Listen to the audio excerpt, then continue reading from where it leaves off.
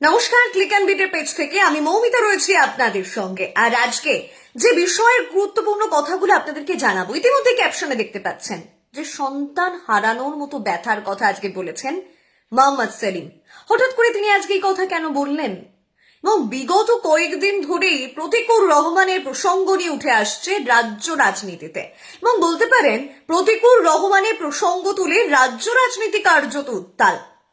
Pratikur Rahman CPIM থেকে পদত্যাগ করছেন, এবং সে পদত্যাগ করে কোন ফুলে যাবে, পদ্ম ফুল না ঘাস ফুল, এই নিয়ে বিভিন্ন রকমের জল্পনা তো চলছে। কিন্তু কোনোভাবেই দেখা যায়নি যে সিপিআইএম এর রাজ্য সম্পাদক মোহাম্মদ সেলিম তিনি এই বিষয় নিয়ে কোনো রকম ভাবে মন্তব্য করেছেন। কিন্তু আজকে দেখা গেল কার্যত অন্য রূপ, এবং তিনি আজকে সংবাদ মাধ্যমের মুখোমুখি হন এবং সাংবাদিকদের সঙ্গে তিনি আজকে মুখোমুখি হয়ে কার্যত বিভিন্ন বিষয় নিয়ে তিনি কথা বলেন। প্রথম থেকেই তিনি শুরু করেন, যেহেতু 26-এর সামনেই বিধানসভার নির্বাচন রয়েছে, সেই বিধানসভার নির্বাচনে তাদের কোন কোন ভাবে প্রার্থী কোন কোন ক্ষেত্রে দেওয়া হবে, অর্থাৎ যে বিষয়ে নিয়ে জোট কথা বলা হচ্ছিল। এবং আপনারা জানেন যে বিগত কিছুদিন আগে মোহাম্মদ সেলিম তিনি জনতা উন্নয়ন পার্টির যিনি চেয়ারম্যান অর্থাৎ হুমায়ুন কবিরের সঙ্গে তিনি বৈঠক করেছেন, এবং সেই বৈঠকের পর কার্যত কি কি বিষয় নিয়ে উঠে এসছে, অর্থাৎ কোন কোন প্রার্থীর সঙ্গে সমঝোতা হবে, কোন কোন পদের সঙ্গে সমঝোতা হবে, কার্যত মানে কোন কোন টিকিটের সঙ্গে সমঝোতা হবে, অর্থাৎ কোথা থেকে এক প্রকার যেটা জানা গিয়েছিল যে কোচবিহার থেকে কাকদ্বীপ সব বিষয় আসন নিয়েই সমঝোতা হচ্ছে, এবং পুরো 90%ই যে সমঝোতা, 90% যে বিষয়, সে বিষয় নিয়ে আলোচনা হয়ে গেছে, এবং খুব সম্ভবত আগামী সপ্তাহের মধ্যে প্রার্থী তালিকা তুলে ধরবে বামেরা, এমনটাই কিন্তু তারা জানিয়েছেন। এবং কোন বিষয়ে তাদের যে এক প্রকার জোট হচ্ছে, সেই জোটে কোথায় কতটা জটিলতা রয়েছে, সে বিষয় নিয়ে প্রথমেই সংবাদ মাধ্যমকে জানান মোহাম্মদ সেলিম। তারপর তিনি কথা বলেন অভয়ার বিষয় নিয়ে, তারপর তিনি কথা বলেন এসআইআর প্রসঙ্গে, এবং এসআইআর নিয়ে সাধারণ মানুষের হয়রানি নিয়েও মুখ খোলেন তিনি, এবং একই সঙ্গে যে বিষয়টা বলেন যে এসআইআর এ যে হয়রানি হচ্ছে সাধারণ মানুষের, এবং তার জন্য তারা সিইও দপ্তরে যাবেন, তারা ইলেকশন কমিশনের দপ্তরে যাবেন, এবং একই সঙ্গে সেখানে তাদের যে দাবি দেওয়া সেই বিষয়গুলো তারা তুলে ধরবেন, এবং সাধারণ মানুষের পাশে থাকার বার্তা দিচ্ছেন তারা। এবং একই সঙ্গে আপনারা জানেন যে আগামীকাল ভাষা দিবস রয়েছে, এবং সেই ভাষা দিবসেও কিন্তু রাজপথেই থাকবে বামেরা। তারা জানিয়েছেন যে তারা ভাষা দিবসকে উল্লেখ করে একাধিক প্রতিবাদ এবং একাধিক কথাবার্তা আর বক্তব্য তারা তুলে ধরবেন। কিন্তু একবারও তারা বললেন না প্রথমেই প্রতিকুর রহমানের কথা, যে প্রতিকুর রহমান এককালীন, এবং আপনারা জানেন যে বারংবার বামেরা দাবি করেন যে তাদের কাছে আছে তরুণ তুর্কি থাকা মানেই তো ভোটের ময়দানে রমরমা ব্যাপার, এবং তরুণরা থাকা মানেই তো মানুষের হৃদয় কেড়ে নেওয়া, এবং মানুষের দুঃখ কষ্টে তরুণরা এগিয়ে যাবে, এমনটাই তো চিন্তা ভাবনার কথা বারংবার বলেন মোহাম্মদ সেলিম। শুধু মোহাম্মদ সেলিম বলেন তা নয়, বামেদের প্রত্যেকটা নেতা নেতৃত্বের মুখে একই কথাই শোনা যায়। কিন্তু যখন প্রতিকুর রহমান তিনি যখন পদত্যাগপত্র দিয়েছেন, বা পদত্যাগপত্র দেওয়ার পর থেকে একাধিকবার শোনা যাচ্ছে তাকে গব্বর বলেছেন, এবং তিনি বলেছেন যে মোহাম্মদ সেলিম দলের মধ্যে লবিবাজি করেন, সেই সমস্ত বিষয় নিয়ে কখনোই কিন্তু প্রথমে মুখ খোলেননি। এবং তিনি প্রথম থেকেই তিনি একটা বিষয় নিয়ে নজর রাখছেন, সেটা হচ্ছে সামনেই 26-এর বিধানসভার নির্বাচন, সেই বিধানসভার নির্বাচনে কোথায় কোন প্রার্থী করা হবে, এবং কতটা জোটে যে জটিলতা তৈরি হয়েছে। উনি অবশ্য বলেছেন আমরা জট কথাটা উল্লেখ করছি না, কারণ জটটা অনেকটাই ছেড়ে গেছে, সেই জটে এবার কিন্তু তারা পরিকল্পনা করছেন প্রার্থী সংখ্যা প্রকাশের, অর্থাৎ আসন সমঝোতা অনেকটাই হয়ে গেছে, এবার প্রার্থী তালিকা প্রকাশের সম্ভাবনা রয়েছে, এবং আগামী সপ্তাহের মধ্যে সেই প্রার্থী তালিকা প্রকাশিত হবে। এবং প্রতিকুর রহমান নিয়ে যখন সাংবাদিকরা একাধিকবার প্রশ্ন করেন, সেই বিষয় নিয়ে কার্যত মুখ খুলতে প্রথম থেকেই নারাজ ছিলেন, এবং একেবারে শেষ লগ্নে শেষ বেলায় তিনি বলেন যে যখন তিনি এই সিপিআইএম দলের পক্ষ থেকে রাজ্য সম্পাদকের পদে তিনি পদগ্রহণ করেন, সেই সময় তিনি বলেছিলেন যে তার কাছে 30টা তরুণ তুর্কি রয়েছে, সেখান থেকে তারা 300টা করবেন, এবং এখন 300টা নতুন মুখের জায়গায় এখন তারা 1000টা নতুন মুখ করতে চাইছেন। এবং সেই জায়গায় থেকে দাঁড়িয়ে যখন কোনো নতুন প্রজন্মের কোনো যুবক বা যুবতী বা ছেলে মেয়েরা, অর্থাৎ তারা পার্টির দলের কেউ যদি এরকম ভাবে চলে যাবার কথা বলে, বা এই সমস্ত কথাগুলো যখন উঠে আসে, তখন তার সন্তান হারানোর মতো ব্যথা তিনি ফিল করেন, এমনটাই তিনি জানিয়েছেন। এবং জানিয়েছেন যে সন্তান হারানোর মতো ব্যথা তিনি বুঝতে পারেন। এবং অনেক সময় দেখা যায় যে মায়েরা সন্তান হারানোর যে ব্যথার দরুন তার ছেলে মেয়েদের স্মৃতি নিজেদের কাছে রেখে দেন, এবং এক্ষেত্রেও কি বামেরাও তাই করবেন, সেই বিষয় নিয়ে এখনো পর্যন্ত কোনো সিদ্ধান্ত গ্রহণ করা হয়নি। এবং অন্যদিকে প্রতিকুর রহমান দফায় দফায়, আপনারা জানেন যে গতকাল পর্যন্ত একইভাবে সিপিআইএম দলের মধ্যে যে লবিবাজি এবং একাধিকভাবে মোহাম্মদ সেলিমকে গব্বর বলে উল্লেখ করা, একাধিকবার তিনি এইসব প্রসঙ্গ তুলে ধরেছেন। এবং কোনোভাবেই তিনি যে আবার সিপিআইএম এ ফেরত যাবেন সেই বিষয় নিয়ে কোনো রকম ভাবে কথা বলেননি। এবং কোন দলে যাবেন, বিজেপিকে হাতছানি পাচ্ছেন না তৃণমূলের হাতছানি পাচ্ছেন, কার হাতছানি পাচ্ছেন সেই বিষয় নিয়েও তিনি স্পষ্ট করেননি। তিনি বলেছেন যে সামনে রাস্তার পথে হাঁটতে গিয়ে তার বাঁক রয়েছে, সেই বাঁকটা ক্রস করলেই তিনি বুঝতে পারবেন যে তিনি কোন পথে যেতে পারবেন। এবং আপনারা জানেন যে গতকাল পর্যন্ত সংবাদ মাধ্যমের মুখোমুখি কার্যত হয়েছেন প্রতিকুর রহমান, এবং আজকে সকাল থেকেই যেটা সূত্র মারফত খবর, এখনো পর্যন্ত সংবাদ মাধ্যমের মুখোমুখি হতে কার্যত নারাজ। এবং যেটা সূত্র মারফত খবর রয়েছে যে আগামীকালই কিন্তু প্রতিকুর রহমান তিনি যোগদান করতে পারেন ঘাসফুল শিবিরে, এমনটাই কিন্তু সূত্র মারফত খবর রয়েছে। এবং তৃণমূলের অন্দর সূত্রে খবর যে আগামীকাল তিনি ঘাসফুল শিবিরে যোগদান করতে পারেন এবং তৃণমূলের পতাকা তিনি হাতে তুলে নিতে পারেন, এমনটাই কিন্তু সূত্র মারফত খবর। এবং এই বিষয় নিয়ে আজকে কোনোভাবেই মোহাম্মদ সেলিম তিনি এই বিষয় নিয়ে কোনো মন্তব্য করেননি। এবং তিনি বারংবার যে বিষয়গুলো নিয়ে বলেছেন যে কোনো নেতা যদি যায় তাতে কিন্তু সিপিআইএম দলের কোনো প্রভাব পড়বে না। তার মতে যে বামে যারা রয়েছেন তারা যদি এখন তৃণমূলেই যান বা বিজেপিতেই যান, যখন মোদী মমতা সেটিং এর জন্য বামেদের কোনো ক্ষতি হয়নি, তখন কোনোভাবে কোনো নেতা কোন দলে গেল তাতে কিন্তু বামেদের কিছু এসে যায় না। এবং তিনি বারংবার বলেছেন যে বামেরা কিন্তু কোনোভাবেই কোনো চুরি তত্ত্ব যেটা চলছে বা কোথায় কোনো সাথী চলছে, এইসব সাথীতে বা প্রতিশ্রুতিতে তারা থাকে না। তারা থাকে সাধারণ মানুষের দুঃখ কষ্ট নিয়ে। তারা কিন্তু কোনোভাবেই লক্ষ্মীর ভান্ডারের প্রতিশ্রুতি দিয়ে ভোট কেনার কথা ভাবে না, তারা ভাবে সাধারণ মানুষের দুঃখ কষ্ট। তারা ভাবে এই যে যারা শিক্ষিত যুবকেরা যুবসাথীর লাইনে অর্থাৎ বেকার ভাতার লাইনে দাঁড়িয়ে গেছে, তাদের জন্য কি হবে, তাদের কি চাকরি পাবে। এবং তিনি বলেছেন যেভাবে কন্যা ভ্রূণ হত্যা করা হয় ঠিক সেইভাবে এই রাজ্যে মোদী মমতা এক প্রকার চাকরির বা শিল্পর ভ্রূণকে হত্যা করেছেন, কার্যত এইভাবেই তিনি উল্লেখ করেছেন। এবং প্রতিকুর রহমানের চলে যাওয়াটাকে শেষে লগ্নে তিনি জানিয়েছেন তার সন্তান হারানোর ব্যথা। কিন্তু এই যে সন্তান হারানোর ব্যথার কথা উল্লেখ করছেন, এবং আপনারা জানেন, আপনারা ক্লিক অ্যান্ড বিটের মাধ্যম দিয়ে জানতে পেরেছিলেন যে প্রতিকুর রহমান তিনি বলেছেন যে মোহাম্মদ সেলিম এখনো পর্যন্ত ফোন করেননি।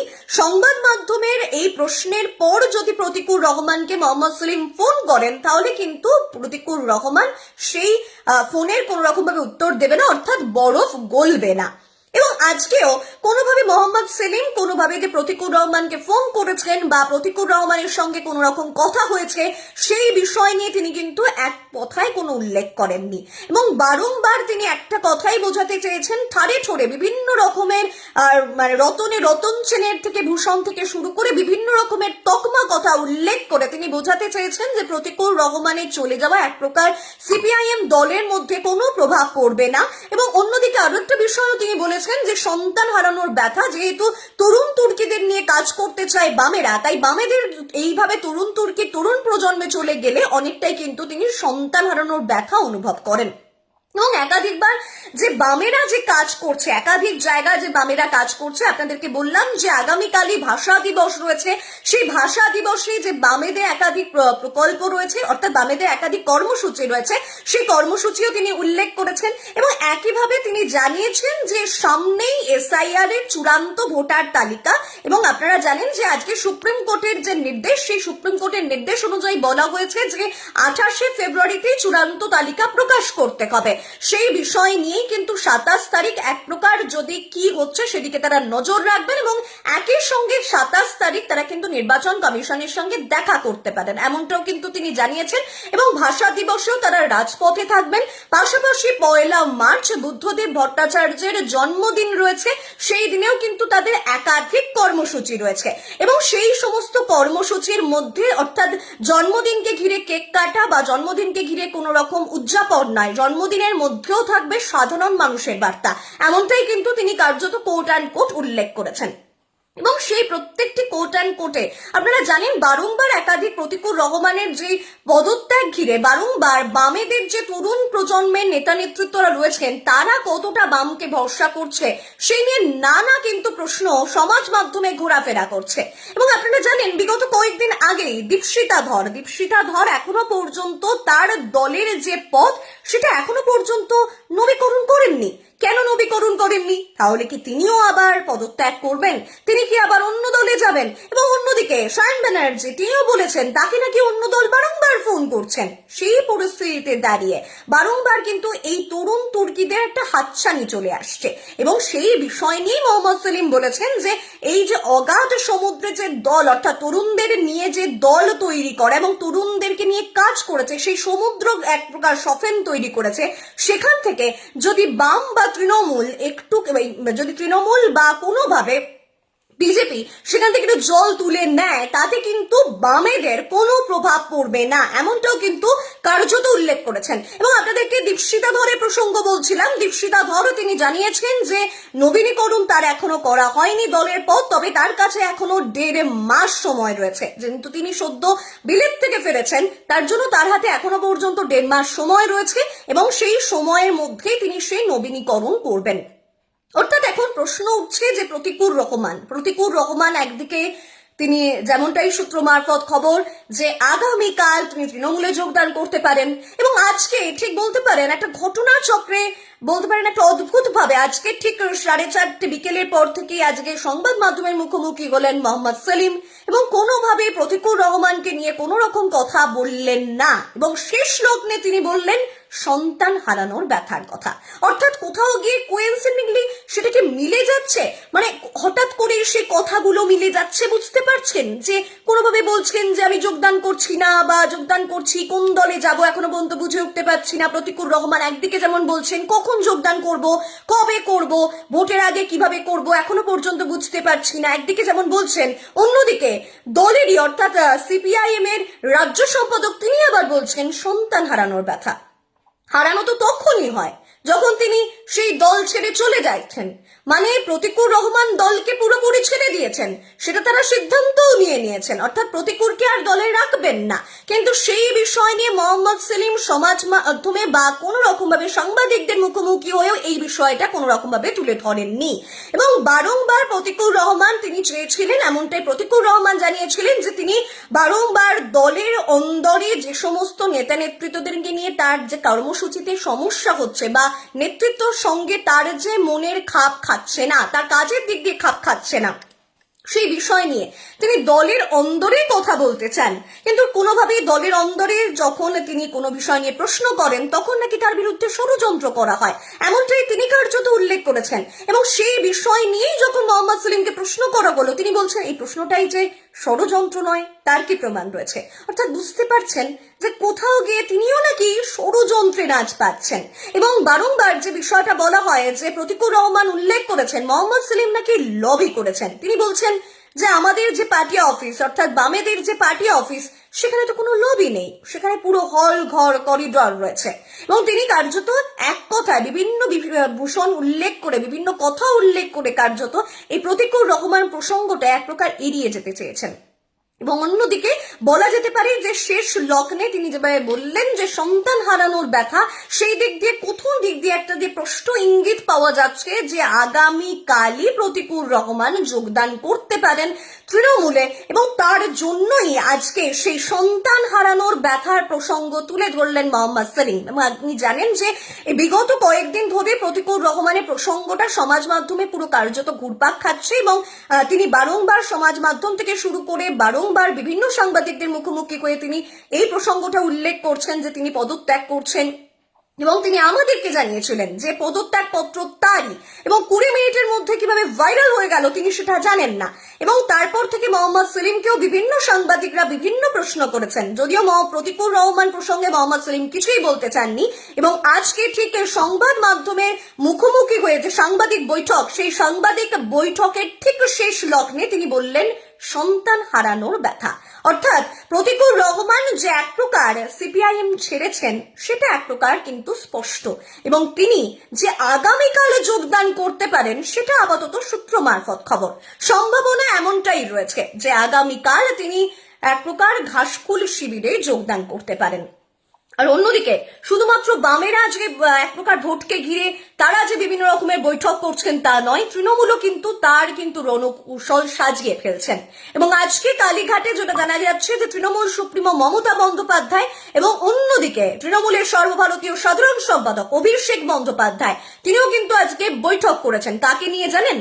আইপ্যাকের, অর্থাৎ প্রতীক জৈনকে নিয়ে। আর যে আইপ্যাক নিয়ে এত কথাবার্তা এবং বারংবার বলা হয় আইপ্যাক হচ্ছে তৃণমূলের ভোটের রণকৌশল সাজিয়ে দেবার একটা অস্ত্র, সেই অস্ত্রকে নিয়েই আজকে কিন্তু বসে পড়েছিল তৃণমূল সুপ্রিমো। তিনি কিন্তু আজকে বৈঠক করেছেন এবং কোন কোন প্রার্থী আসতে পারে, একেবারে ফ্রন্ট ফুটে খেলতে পারে, সেই বিষয় নিয়ে আজকে কিন্তু কথা হয়েছে। এবং যেটা জানা যাচ্ছে তারাও কিন্তু সেই বামেদের স্ট্র্যাটেজি, সেই বলতে পারেন বামেদের কথাই বলছেন তারা, যে বামেরা বলছেন তারা তরুণ তুর্কিকে নিয়ে খেলবেন, তরুণ তুর্কিকে নিয়ে ভোটে কাজ করাবেন, তরুণ তুর্কিকে সামনে রাখবেন, তরুণ তুর্কিকেই ভরসা করছেন কাস্তে হাতুড়ি। সেই একই কথাগুলোই শোনা যাচ্ছে তৃণমূলের মুখেও, এবং তৃণমূলও সে একইভাবে বলছেন তারা তরুণ তুর্কিকেই এক প্রকার পছন্দ করেন এবং তারাও নবীন প্রজন্ম নতুনদেরকে একেবারে সামনে রাখতে চান। এবং এর ফলে দলের বিভিন্ন যে প্রার্থীর দ্বারা তালিকা আগে থেকে ঠিক করেছিলেন সেটাও কিন্তু পরিবর্তন হতে পারে এবং নতুন প্রার্থী বিভিন্ন আসতে পারেন। এবং একইভাবে যেটা সূত্র মারফত খবর রয়েছে, এক গায়িকা তিনি কিন্তু এই প্রার্থী তালিকা অর্থাৎ প্রার্থী তালিকায় তার স্থান হতে পারে এবং একই সঙ্গে টিকিট পেতে পারেন সদ্য তৃণমূলে যোগদান করা কোনো এক অভিনেত্রী। এবং শুধুমাত্র তা নয়, একই সঙ্গে তৃণমূলে যোগদান করা কোনো নেতাও কিন্তু একইভাবে প্রার্থী হতে পারেন। সেটা কি প্রতিকুর রহমান হবেন? সে বিষয় নিয়ে এখনো পর্যন্ত কোনো শিলমোহর আসেনি এবং সে বিষয় নিয়ে এখনো পর্যন্ত কোনো সিদ্ধান্ত নেননি বলেই সূত্র মারফত খবর। তবে সে একই কথা যে তরুণদেরকে তারা সামনে রাখবেন এবং বুঝতে পারছেন অর্থাৎ ভোটের ময়দান এখন কিন্তু তরুণময়, অর্থাৎ তরুণদেরকে নিয়েই কিন্তু ভোটের রাজনীতি লড়তে চাইছেন। একেবারে বুঝতেই পারছেন বাম আর অন্যদিকে তৃণমূল। যদিও বিজেপি কি ভাবছে অর্থাৎ পদ্মফুল কি ভাবছে সেটা এখনো পর্যন্ত জানা যায়নি। যদিও পদ্মফুল একটা সিদ্ধান্ত নিয়েছে যে আজকে থেকে কলকাতা সহ রাজ্যের বিভিন্ন প্রান্তে একটা ড্রপ বক্স থাকবে। আপনারা জানেন যে বিগত কিছুদিন আগে আপনাদেরকে ড্রপ বক্সের কথা বলেছিলাম, যে যে এলাকায় প্রার্থী হতে চান সেই এলাকায় সিভি দিতে পারেন এবং প্রার্থী হতে গেলেও সেই সিভির কনসেপ্ট বিজেপি কোথা থেকে ধার করেছে আমরা সেই বিষয়ে বলবো না, কারণ তৃণমূলেও তো সেটা দেখা গেছে। আমরা ধারের প্রসঙ্গ আসছি না, আদপেও কে কার ধার করেছে নাকি এখানে দিদি মোদি সেটিং তত্ত্ব রয়েছে সেই বিষয় নিয়ে তো কথা বলছে বারংবার বাম আর কংগ্রেস। আমরা সেই বিষয় নিয়ে বলছি না, আমরা বলতে চাইছি যে বিজেপিও কিছুদিন আগে দেখা গিয়েছিল যে একটা ড্রপ বক্সের কথা বলেছিল এবং সেই ড্রপ বক্সে প্রার্থী মানে কোন কোন জেলায় কোন কোন বিধানসভায় কে কিরকম প্রার্থী হবে সেই তারা প্রার্থী তালিকায় সিভি দিতে পারে। এবার আবার দেখা যাচ্ছে কলকাতা এবং রাজ্যের বিভিন্ন স্তরে রাজ্যের বিভিন্ন জায়গায় থাকবে একটি ড্রপ বক্স এবং সেই ড্রপ বক্সে থাকবে তারা সাধারণ মানুষের পরামর্শ নিতে চাইছেন।